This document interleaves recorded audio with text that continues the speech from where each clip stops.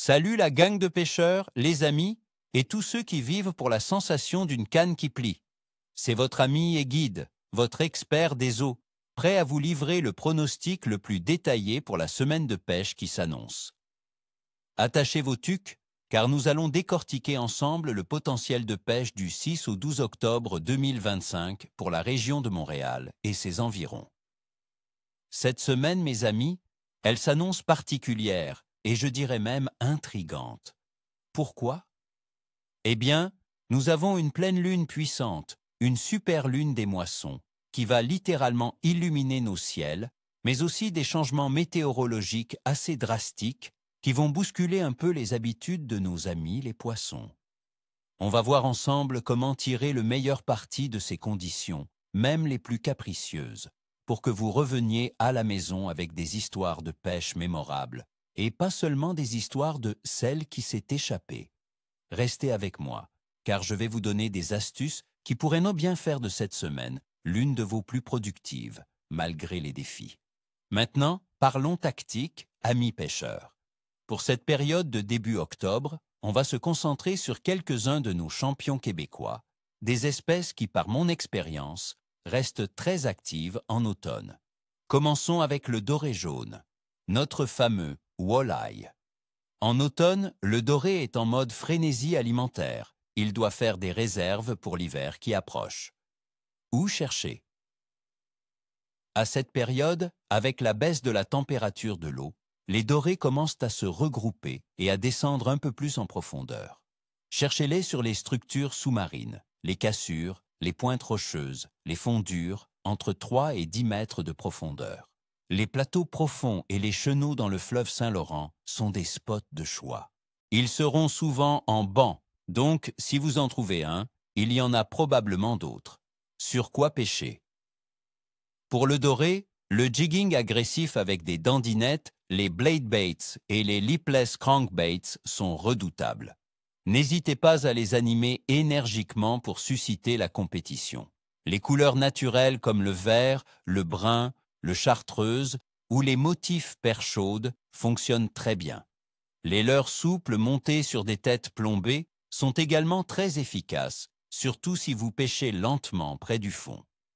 Petite astuce, ajoutez un peu de liquide attractant pour augmenter vos chances. Ensuite, parlons du grand brochet, le requin d'eau douce.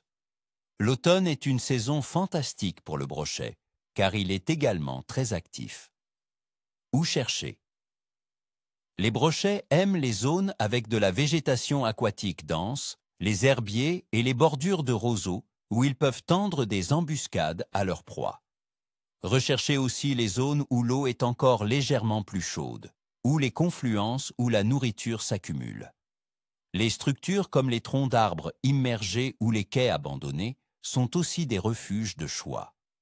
Sur quoi pêcher? De gros leurres, des cuillères ondulantes, argentées ou dorées, des jerkbaits et des swimbaits de taille respectable sont excellents. Les leurres de surface peuvent encore fonctionner par temps doux, mais privilégiez ceux qui nagent sous la surface. Les couleurs vives, comme le rouge et le blanc, l'orange ou le jaune fluo, peuvent déclencher des attaques. N'oubliez pas un bon bas de ligne en acier, car ces gars-là ont des dents. Et bien sûr, le machigan à petite bouche. Un combattant hors pair. Où chercher? En ce début octobre, les achigans commencent à quitter les eaux très peu profondes pour se diriger vers des zones plus profondes, souvent entre 3 et 11 mètres. Cherchez-les près des structures rocheuses, des amas de pierres, des falaises sous-marines et des pointes. Les zones où il y a un changement abrupt de profondeur sont aussi des aimants à achigan. Sur quoi pêcher? Des tubes en plastique souple, des jigheads avec des grubs, des drop-shot rigs avec des petits vers ou des créatures et des crankbaits plongeants. Les couleurs qui imitent les écrevisses ou les petits poissons à pas, vert, brun, orange, sont particulièrement efficaces. Une récupération lente et méthodique est souvent la clé pour déclencher une touche. Enfin, la truite mouchetée ou omble de fontaine pour ceux qui ont accès aux pourvoiries ou aux rivières à salmonidés. Où chercher? Si vous êtes dans une pourvoirie où la pêche est encore ouverte, les truites seront très actives, comme au printemps. Elles se préparent pour le frai qui a lieu en automne, ce qui les rend moins sélectives. Cherchez-les dans les sections peu profondes et graveleuses des rivières et ruisseaux, ainsi que près des embouchures ou des zones d'eau courante dans les lacs. Sur quoi pêcher?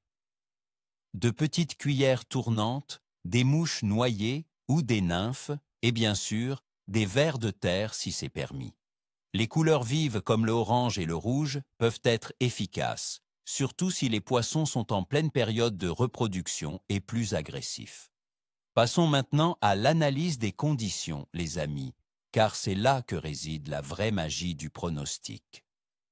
La météo. Une semaine en dents de scie. La semaine commence sur une note étonnamment douce. Température de l'air. Nous allons avoir un début de semaine relativement doux, avec des températures atteignant jusqu'à 27 degrés. Celsius le lundi 6 octobre, puis une chute significative. Préparez-vous à une baisse marquée, avec des températures diurnes descendant à 6 ou 7 degrés Celsius, le mercredi 8 et jeudi 9 octobre, avant une légère remontée vers les 9 à 16 degrés Celsius en fin de semaine. Ce contraste thermique est important. Pression atmosphérique. La pression sera probablement instable en début de semaine, avec une baisse attendue autour du 7 octobre, à l'arrivée de la pluie et de la pleine lune. Elle devrait remonter ensuite, se stabilisant vers la fin de semaine. Les poissons sont très sensibles à ces variations, surtout aux chutes de pression. Vent. Attendez-vous à des vents modérés, avec des changements de direction qui peuvent influencer la surface de l'eau et la concentration des poissons. La vitesse moyenne du vent à Montréal en octobre est d'environ 16 km/h. Précipitations.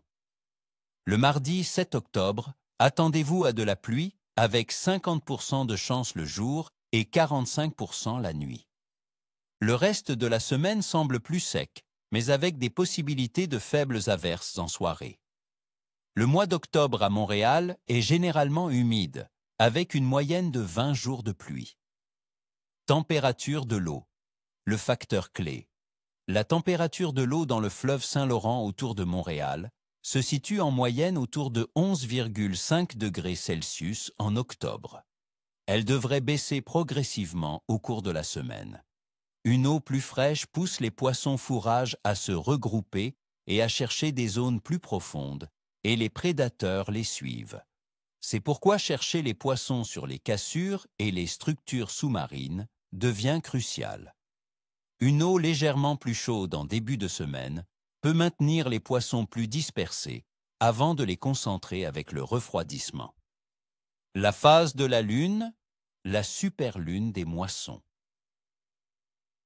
C'est la grande nouvelle de la semaine. La pleine lune, la superlune des moissons, aura lieu le mardi 7 octobre. Le lundi 6 octobre, nous serons en lune gibbeuse croissante, presque pleine, illuminée à 99%.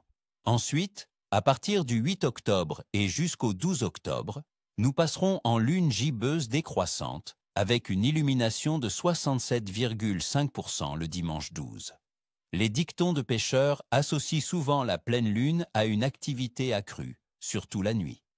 Cependant, les changements de pression qui accompagnent souvent ces phases peuvent rendre les poissons capricieux. Mon conseil, soyez à l'eau aux heures de lever et coucher de la lune, et surtout, adaptez-vous aux conditions météorologiques qui souvent l'emportent sur la seule influence lunaire. Activité générale de la poisson, la frénésie d'automne. En général, l'automne est synonyme de frénésie alimentaire pour la plupart des espèces. Les poissons se gavent d'ici l'hiver. Les truites sont aussi actives qu'au printemps et le doré, le brochet et l'achigan sont à leur meilleur. C'est une période où la compétition pour la nourriture est intense, ce qui peut rendre les poissons très agressifs et plus faciles à leurrer. mais cette activité peut être fortement influencée par les changements rapides de la météo, surtout les baisses de pression et les fronts froids. Maintenant, le moment que vous attendez tous, le pronostic détaillé jour par jour, mes amis. Lundi, 6 octobre.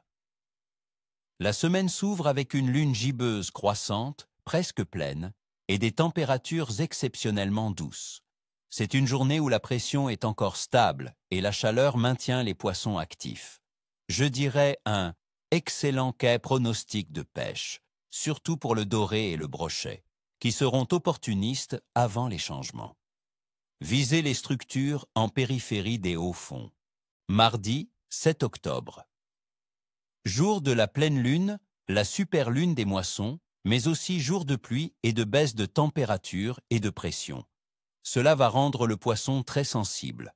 Le pronostic est capricieux à faible. Les poissons risquent d'être léthargiques et de rester au fond. Insistez avec des présentations lentes et des leurres subtiles, près des structures profondes. Mercredi 8 octobre. Grosse chute de température, le ciel se dégage et la pression remonte. Les poissons seront en phase d'adaptation à ce choc thermique. Le pronostic est faible à moyen harceux.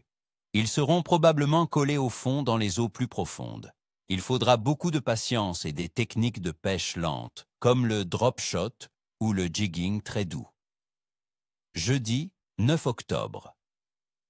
Journée ensoleillée mais froide, avec des températures basses et une pression probablement stable après la hausse. Le pronostic est moyen. Les poissons auront eu le temps de s'habituer au froid. Cherchez-les dans les fosses et les zones abritées du vent. Les leurres plus gros et plus lents pourraient fonctionner, car les poissons chercheront de grosses bouchées pour compenser le froid. Vendredi 10 octobre. Température similaire, partiellement nuageux. La pression devrait être plus stable, ce qui est bon signe. Le pronostic est moyen à bon. L'activité pourrait reprendre doucement. Les zones avec un peu de courant peuvent être productives. N'hésitez pas à expérimenter différentes profondeurs. Samedi 11 octobre.